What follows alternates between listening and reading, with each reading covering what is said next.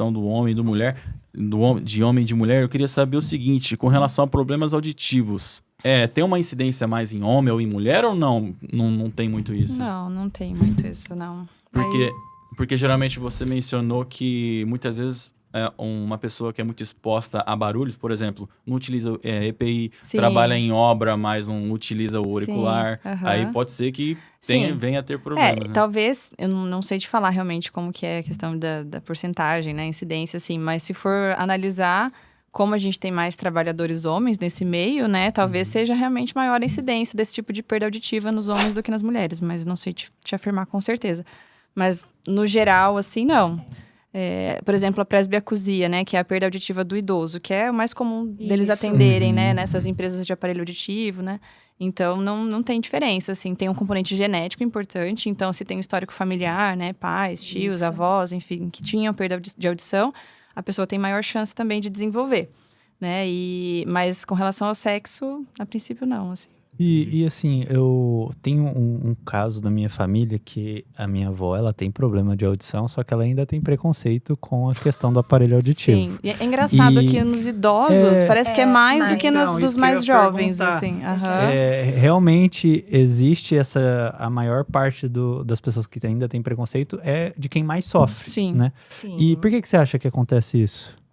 Eu acho que talvez a população mais jovem já está mais acostumada com essa questão de tecnologia mesmo, né? Até os fones de ouvido, assim, a gente já tem mais hábito de usar, de ver. E acho que essa questão de bullying, de preconceito, já tem sido muito mais trabalhada na nossa cabeça, né? Com o passar dos últimos anos, assim, do que nos mais velhos, né? Então, eu acho que a gente tende a vencer as barreiras do preconceito, né? Os mais novos, a gente está tentando, né, vencer essas barreiras já nos últimos anos aí. Eu acho que tem a ver com isso. E essa questão de já estar habituado mesmo às tecnologias, né? E os idosos, não. Para eles, é um mundo novo, né? Você tá com um negócio conectado na orelha ali. E não sei como que é a sua experiência com isso, né? Talvez esse sentido, assim, né? Dessa imagem que eles tinham anterior dos aparelhos auditivos. Grande, né? Que a maioria... Exato. Relatava isso, é horrível, né? Não dá para usar, não dá para suportar. Então, já fica com aquela ideia de que não vai ajudar. Sim. E, na realidade, ajuda muito. A gente tem tido, assim, ultimamente, cada relato, assim, né? Que até o paciente se emociona, chora ali, assim, por dizer assim, nossa, obrigado por poder voltar a ouvir, né? Meu ouvido está funcionando de novo, né? Sim. Então, assim... de dizer pra gente assim, nossa, eu tô escutando o barulho da torneira pingar. Quando eu caminho, faz barulho, né? O movimento da roupa arrastando, né? Na cadeira. Então, assim, é surpreendente, assim, a reação que eles têm depois de que eles adaptam e de pensar, por que eu não fiz isso antes, né? Tirando toda essa questão, assim, né, do preconceito que eles têm, a questão, né, de não conhecer também, de não entender o que acontece, né? Porque a perda auditiva não é só a diminuição da audição, e sim todo o resto que envolve, que é muito, né?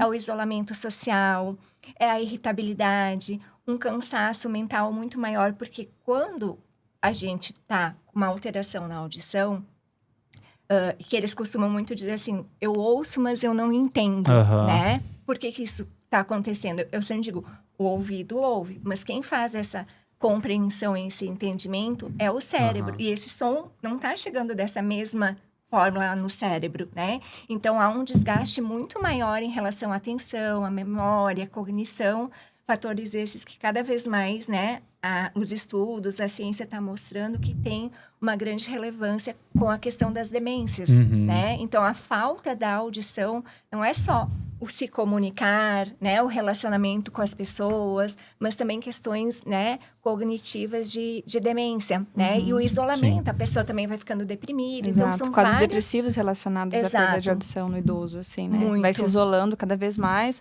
porque tá lá, num almoço com a família, ele não escuta nada. Todo mundo conversando ao redor ali, quanto mais gente falando, menos ele entende. Então, ele vai se isolando, vai ficando lá no cantinho, não quer mais sair de casa, deixa de sair para conversar com os amigos, deixa de ir na igreja, né? Que é um lugar que muitas vezes os idosos gostam, né? E aí, cada vez ele vai ficando mais depressivo, né? Então, realmente tem uma relação com o aumento do índice de demência e de depressão nos idosos, assim. Eu acho que o idoso, ele é mais, assim, um pouco contra, porque, assim, o jovem, ele quer o quê? ele quer escutar. Exato. Entendeu? É. Ele tá no começo da vida, ele fala, mano, Aham. eu quero Eu preciso escutar, né?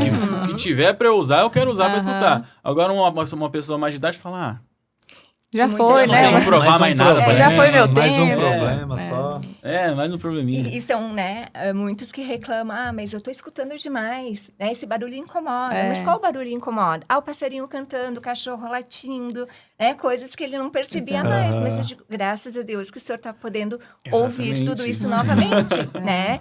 Então tem todo, não é só voltar a escutar, mas fazer o que com isso que eu estou escutando? E o cérebro leva um tempo, né? Eu sempre digo, até 6 meses depois que adaptou o aparelho auditivo, para o paciente, né, aclimatizar o cérebro, habituar e ele começar a reaprender, né? Que sons são esses? Porque você esqueceu, ficou 10 anos sem escutar. Não vai ser do dia para a noite que vai estar tudo bem. E muitas vezes mesmo com a adaptação, com toda a avaliação feita, né, bem certinho. Hoje a gente faz um exame que também nos dá uma segurança muito maior em relação ao que o aparelho auditivo está dando, que é um exame chamado verificação eletroacústica, um mapeamento de fala, né? Que você vai saber exatamente o que o aparelho está dando dentro do ouvido do paciente. Então, você faz lá a audiometria, faz toda a parte da verificação, coloca lá o fone junto com o aparelho auditivo, vai medir a ressonância da orelha e o que está entrando de som baixo, de som médio, de som alto, se eu estou conseguindo dar esse acesso para ele, né? Então, isso nos garante que eu estou dando acesso, ele está ouvindo, mas nem sempre esse ouvir vai trazer a compreensão de volta. Muitas vezes ele vai botar o aparelho auditivo, a gente vai trabalhar, vai estar sempre fazendo o acompanhamento, né? Fazendo ajuste quando for necessário. E vai precisar também, muitas vezes, do treinamento auditivo, que é justamente estimular, né, o córtex auditivo em relação a compreender esses sons novamente, né? Porque essas habilidades de atenção, de detecção, de discriminar os sons, está tudo prejudicado pela falta da audição.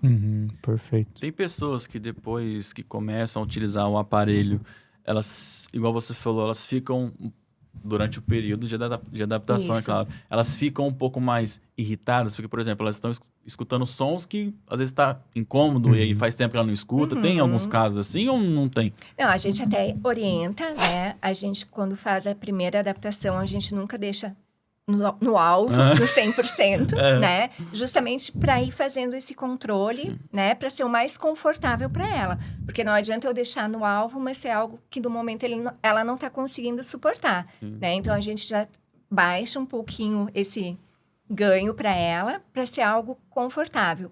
E hoje, como eu falei, com essa tecnologia... Claro, quando a gente coloca ali, adaptou, fez todos os ajustes, né? Fez a verificação. A gente tá... Nossa, mas tá alto? Eu tô achando essa voz alta. Não, vamos conversando, eu vou mexendo aqui, vou explicando, vou baixando um pouquinho. Quando chega no final, nossa, até esqueci que eu tô com o aparelho auditivo. Porque assim, né? Aquilo já ficou natural, já deu para ela, né? Se ambientar com aquele novo som. Sente que o aparelho é super confortável, não é uma coisa que machuca, que dói, né? Então, acaba correndo tudo bem. Mas, claro, se ela precisar, né, sentir... Porque eu sempre digo, é usando que ela vai poder me dizer também o que tá bom e o que não tá. E através das queixas dela que a gente vai ajustando esse aparelho para dar o 100% para ela, né? Entendi. Eu queria entender